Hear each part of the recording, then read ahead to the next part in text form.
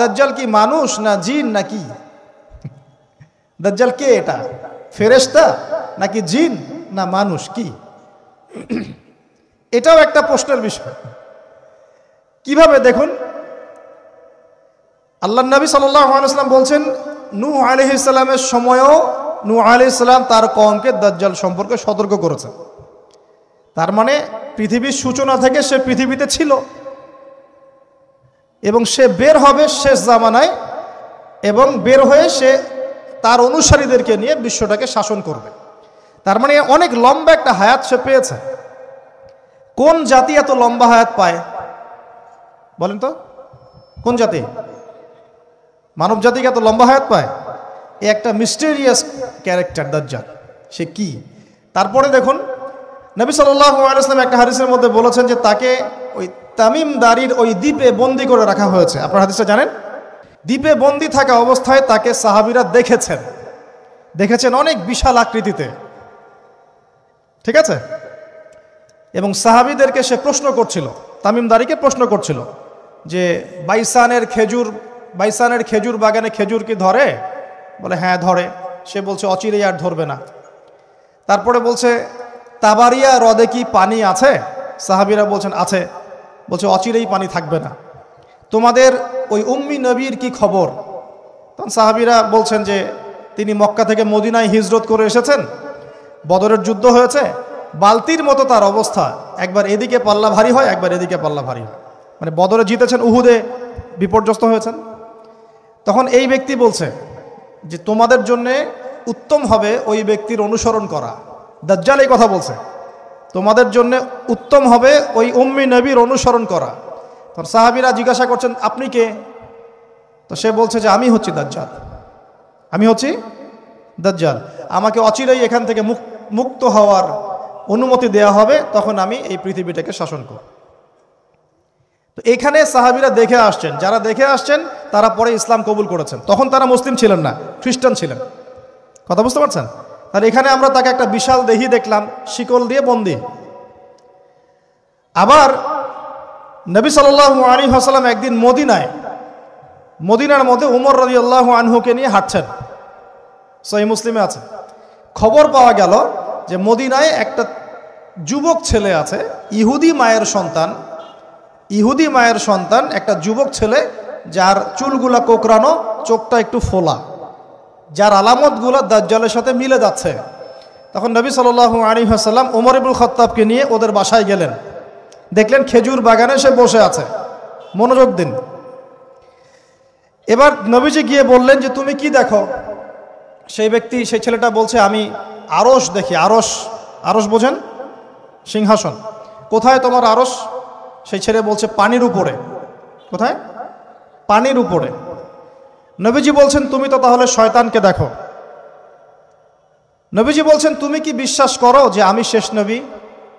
সেই ছেলে বলছে আপনি কি বিশ্বাস করেন যে আমি নবী? কি বুঝতে পারছেন কথা আমার? নবীজি বলছেন তুমি কি বিশ্বাস করো যে আমি শেষ নবী? সেই ছেলে বলছে আপনি কি বিশ্বাস করেন যে আমি নবী? উমর রাদিয়াল্লাহু আনহু তরোয়ালের খাপ খোলা সারা। তিনি বললেন যে ইয়া রাসূলুল্লাহ অনুমতি দেন, এর গর্দানটাকে নামাই দিই, বেয়াদব, আপনার সাথে বেয়াদবি করছে। তখন নবী সাল্লাল্লাহু আলাইহি ওয়াসাল্লাম বললেন দাআহু ইয়া ওমর, তাকে ছেড়ে দাও। যদি সে সত্যিকার অর্থেই দাজ্জাল হয়ে থাকে, তুমি ওমর তাকে হত্যা করতে পারবে না। কেন হত্যা করতে পারবেন না? কারণ দাজ্জালের নিহত হওয়া লেখা আছে ঈসা আলাইহিস সালামের হাতে। কার হাতে? ঈসা আলাইহিস সালাম যখন আসবেন, এই প্যালেস্টাইনের বাবে লুদ নামক জায়গায় দাজ্জালকে মারা হবে। ঠিক আছে কথা? তাহলে ওমর তুমি তাকে হত্যা করতে পারবে না। আর যদি সে দাজ্জাল না হয়ে থাকে, নিরপরাধ মানুষকে হত্যা করে কোনো লাভ নাই। এখানে চান্স নেওয়া হলো 50-50। এক হাদিসে আপনি দেখছেন নবীজি বলছেন নূহ আলাইহিস সালাম তার কওমকে দাজ্জাল সম্পর্কে সতর্ক করেছেন। এক হাদিসে নবীজি বলছেন সে বের হলে 40 দিন বিশ্ব শাসন করবে। প্রথম দিন 1 বছর, দ্বিতীয় দিন 1 মাস, তৃতীয় দিন 1 সপ্তাহ, বাকি দিন আমাদের মতো। আরেক হাদিসে নবীজি বলছেন তামিম দারি দেখে এসেছে তাকে কোথায়? দ্বীপে বন্দী অবস্থায়, সে ছাড়া পাবে অচিরেই। আবার এখানে নবী সাল্লাল্লাহু আলাইহি ওয়াসাল্লাম মদিনাতেই একটা যুবক ছেলেকে দাজ্জাল মনে করে ইনভেস্টিগেট করলেন। আপনার কাছে কি সাবজেক্টটা সহজ মনে হচ্ছে না কঠিন? খুব সহজ কি না কঠিন? চিন্তা করতে হবে কি হবে না? এতই জটিল একটা ক্যারেক্টার। শুধু তাই না, নবীজি আরও বলছেন সে যখন বের হবে 4টা জায়গার কথা পাওয়া যাচ্ছে হাদিসে, 4টা জায়গা কোত্থেকে বের হবে। এখানে কিন্তু নবীজি মদিনাতে তাকে খুঁজলেন, ইনভেস্টিগেট করলেন। আবার আরেকটা হাদিসে নবীজি বলেছেন সে যখন বের হবে শেষ জামানায় তখন মক্কায় ঢুকতে পারবে না, মদিনায় ঢুকতে পারবে না। আপনারা হাদিসটা জানেন না? আলেমরা তো জানেন। মক্কাতেও ঢুকতে পারবে না, মদিনাতেও ঢুকতে পারবে না। খোলা তরোয়াল নিয়ে ফেরেশতারা দাঁড়িয়ে থাকবেন। আবার সেই নবী মুহাম্মদ সাল্লাল্লাহু আলাইহি ওয়াসাল্লাম মদিনাতে এই ছেলেটাকে দাজ্জাল ভাবছেন, ইনভেস্টিগেট করছেন। তার মানে তারা সতর্ক ছিলেন। এই ছেলের নাম ছিল ইবনে সাইয়্যিদ। কি নাম?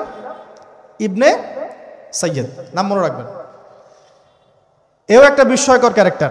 আবার সেই নবী সাল্লাল্লাহু আলাইহি ওয়াসাল্লাম বলেছেন শেষ জামানাতে দাজ্জাল বের হবে খোরাসান থেকে। কোন জায়গা? খোরাসান। খোরাসান বলতে কোন জায়গা? এটা মূলত এর হার্ট হচ্ছে আফগানিস্তান, এর পাশে যে বেলুচিস্তান, এই যে উজবেকিস্তান, ইরানের কিছু অংশ, এই পুরো জায়গাটা, শুধু একটা দেশ না, পুরো জায়গাটা এর হার্ট হচ্ছে আফগানিস্তান। খোরাসান থেকে বের হবে। আরেক হাদিসে নবীজি বলছেন সে ইস্পাহান থেকে বের হবে। কোন জায়গা? ইস্পাহান এখন ইরানে। ভৌগোলিক বিষয়ে যখন তখন চেঞ্জ হয়ে যায়, হয় কি না? আগে কি ইরাক ইরান এরকম পার্ট ছিল? আগে কি এভাবে এই 52টা দেশের ভাগ ছিল? লেবানন, জর্ডান, সৌদি আরব, ইরাক ইরান এরকম ভাগ ছিল না? এক অঞ্চল ছিল শাম, একটা হেজাজ, একটা নাজদ, এরকম আর কি ভাগ ছিল। তো এটা চেঞ্জ হয়। তো ওই হাদিসে আসছে ইস্পাহান থেকে একটাতে, আরেকটাতে আসছে ইরাক এবং শাম। শাম বলতে বোঝাচ্ছি এই পুরো প্যালেস্টাইন, লেবানন, জর্ডান, পুরো অঞ্চলটাই শাম। আর ইরাক তো আপনারা জানেন। ইরাক এবং শামের মাঝখানের একটা রাস্তা থেকে বের হবে। 3টা জায়গা। আরেকটা 4 নাম্বার খাল্লা নামে একটা জায়গা থেকে সে বের হবে। আর এই খাল্লা আপনি গুগলে সার্চ দিয়ে পাবেন না। গুগলের সাথেও দাজ্জালের অনুসারীদের একটা সম্পর্ক আছে, আপনার ফেসবুকের সাথেও আছে, প্রযুক্তিগুলোর সাথেও আছে, নিউক্লিয়ার ওয়েপন্সের সাথেও আছে, বর্তমান ব্যাংকিং সিস্টেমের সাথেও আছে, এবং বর্তমান গ্লোবাল পলিটিক্যাল অ্যাফেয়ার্সের সাথেও দাজ্জালের অনুসারীদের সরাসরি সম্পৃক্ততা আছে। আমি বলি নাই দাজ্জালের সম্পৃক্ততা আছে, দাজ্জালের অনুসারীদের সরাসরি সম্পৃক্ততা আছে। ওই যে 4টা জায়গার কথা বললাম, সে বের হবে ইত্যাদি ইত্যাদি। এবার সে মানুষের রূপ ধরে আমাদের সমাজে প্রবেশ করবে এবং তার অনুসারীদেরকে নিয়ে ম্যাসাকার করা শুরু করবে। কিন্তু মুসলিমদের মধ্যে একটা বাহিনী শেষ পর্যন্ত তার সাথে যুদ্ধ করতে থাকবে, শেষ পর্যন্ত। লা তুকাতিলুনাল ইয়াহুদ। এমনকি গাছের পিছনে ওরা লুকালেও আল্লাহ নবী বলছেন যে গাছ পাথর কথা বলবে আমার পিছনে আছে, এসো মেরে যাও।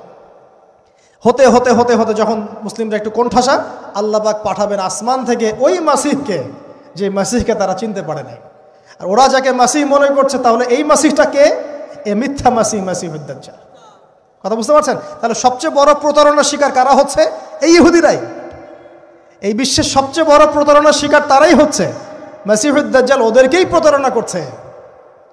বুঝতে পারেননি কথা? ওদের সাথেই সবচেয়ে বড় প্রতারণা হচ্ছে। ওরা মনে করছে এই সত্যিকারের মাসিহ, সে আসলে আমরা বিশ্ব রুল করব। সে সত্যিকারের মাসিহ নয়। ঈসা ইবনে মারিয়াম আসবেন কিভাবে সেটাও এসেছে। 2 জন ফেরেশতার কাঁধে ভর দিয়ে তিনি নামবেন শাম অর্থাৎ সিরিয়ার দামেস্ক শহরের মধ্যে। কোন শহর? দামেস্ক। এই জায়গাগুলো খুব বরকতময়। আল্লাহ নবী দোয়া করেছেন, আল্লাহ শামে বরকত দাও, আল্লাহ ইয়েমেনে বরকত দাও, আল্লাহ শামে বরকত দাও, আল্লাহ ইয়েমেনে বরকত দাও। আর মুসলমানরা বলছিল আল্লাহ রসুল আমাদের নাজদেও বরকত দিতে বলেন, আমাদের নাজদেও বরকত দিতে বলেন।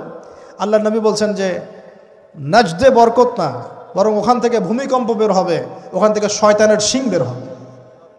চিন্তা করেন, ওই যে বললাম নাজদিরা তুর্কিদের বিরুদ্ধে যুদ্ধ করেছিল, অটোম্যান এম্পায়ারের বিরুদ্ধে যুদ্ধ করেছে ব্রিটেনের সাথে হাত মিলিয়ে।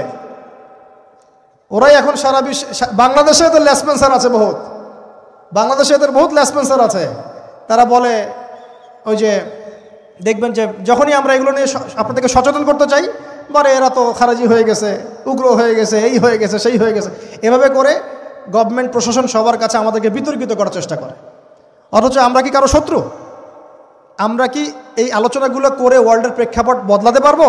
পারবো না। কিন্তু আমাদের প্রজন্মকে আমরা জানাতে তো পারবো, যাতে তারা আত্মবিশ্বাসী হয়ে গড়ে ওঠে যে আমরা এই নতজানু মনোভাব নিয়ে পৃথিবী থেকে যাবো না ইনশাআল্লাহ। আমরা পৃথিবী থেকে মাথা উঁচু করেই যাবো ইনশাআল্লাহ। মুসলিমদের হাতেই বিশ্বের বিজয় লেখা আছে। আস্তে আস্তে বিশ্ব ওদিকে যাবে, এটা তো ওদেরকে জানতে হবে। আমরা তো ওদেরকে জানাচ্ছি মাত্র। তো নাশ থেকে বের হবে শয়তানের শিং, এটা বলা হয়েছে। যাই হোক, এখন ঈসা ইবনে মারইয়াম আসবেন এই সিরিয়ার দামেস্ক, চুল দিয়ে টপ টপ করে পানি পড়তে থাকবে, মুক্তা ঝরছে এরকম পানি।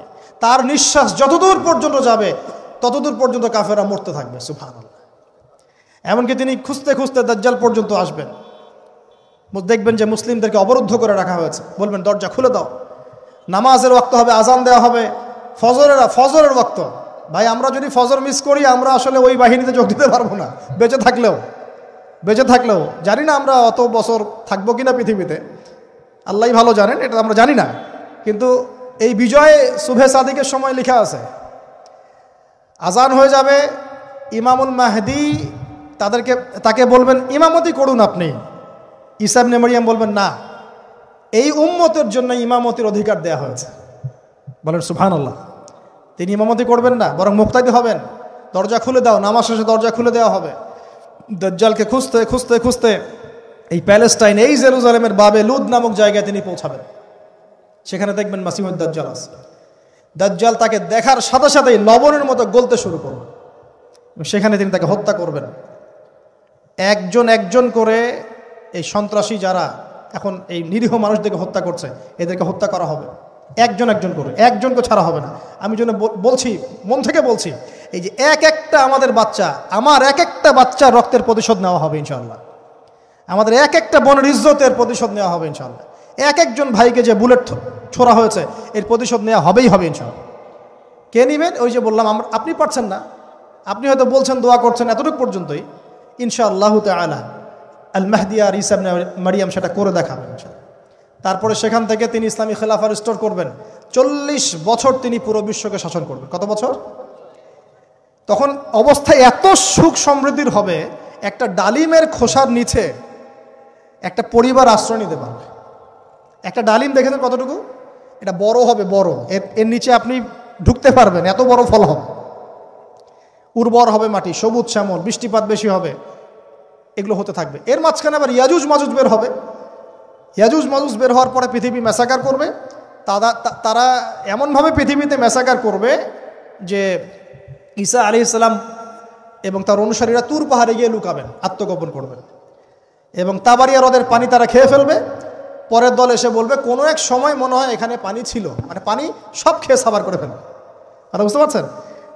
ঈসা আলাইহিস সালাম দোয়া করবেন, আল্লাহ এই আযাব থেকে আমাদেরকে তুমি বাঁচাও।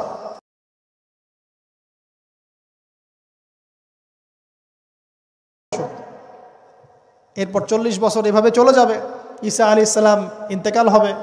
তারপরে হাদিসে আসছে মানুষ আবারও খারাপ হওয়া শুরু করবে। এত খারাপ হবে, এত জঘন্য হবে যে আল্লাহ শব্দটা বলার মতো একটা মানুষ আর পৃথিবীতে থাকবে না।